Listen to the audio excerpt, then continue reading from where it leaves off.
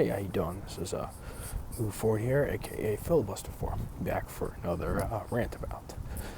And just real quick, from the Nevada, Democratic caucuses, and New Hampshire as well as Iowa, which Iowa is a complete total shit show. It has become clear that, at least as of right now, from all the polls and the counting of all the votes, that Bernie is the winner right now, and will, the front runner, and may very well be the nominee for the Democratic nominee. That being said, the thing I really wanted to kind of, go over a little bit here, and all that was Steve Miller. And the reason why I say Steve Miller, as kind of being a subject here is because as the presidential race is kind of coming up, it's kind of important to note that that Steve Miller has basically been one of the most, I guess you could say, influential people, at least one of them, in terms of Trump and his policies and his campaign and all that.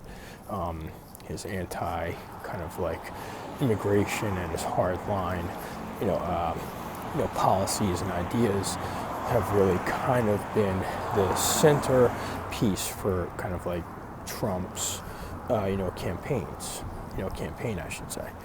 He in a sense, kind of like with the help of like Steve Bannon and some other people like that, have kind of helped to shape, Trump into kind of,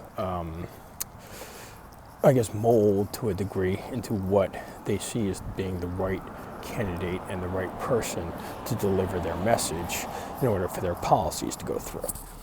Hey, now, many important things to remember here about Steve Miller and all that. That is that he graduated from Duke University. He graduated from Duke University, as I said. He's from California. His parents were Jewish Democrats. He, of course, for whatever reason, leaned to the right. He was the type of kid, apparently, from what his high school friends and school friends have said, that even in a school where the nerds were kind of cool, he was still, and were liked. He was still the guy that nobody really liked. And another interesting fact is that it seems to be from early photos of him that he was having a receding hairline by the age of 17. Says a lot. Here's the thing. In terms, I think I've always wondered here, this has more recently been a question of mine, that is, I've always wondered if maybe Steve Miller is, so against kind of immigration and all that and everything because, maybe it's partially because of, his receding hairline. The fact that, he's basically kind of going bald. Maybe because the fact that it's kind of like he's going bald. He's been partially going bald since he was the age of 16. Maybe seeing, Hispanics, other such people who aren't, who maybe aren't citizens, who have luscious locks of hair and flowing, gorgeous hair and all that, and he can't have it.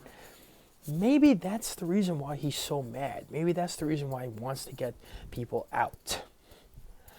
I mean, maybe that's the whole purpose behind it. I could be wrong, but I'm just saying. There seems to be a connection between, from what we've known of him, of his asshole-ish behavior, and the fact that his hairline is slowly receding further and further back until he looks like a, sad, pathetic Nosferatu. A depressed, a depressed and out of shape Nosferatu. I'm just saying. But either way, just remember, when you're sipping your morning cup of coffee, you're waiting for that white flash, drop of that mushroom clouds, remember that we did this. Till next time.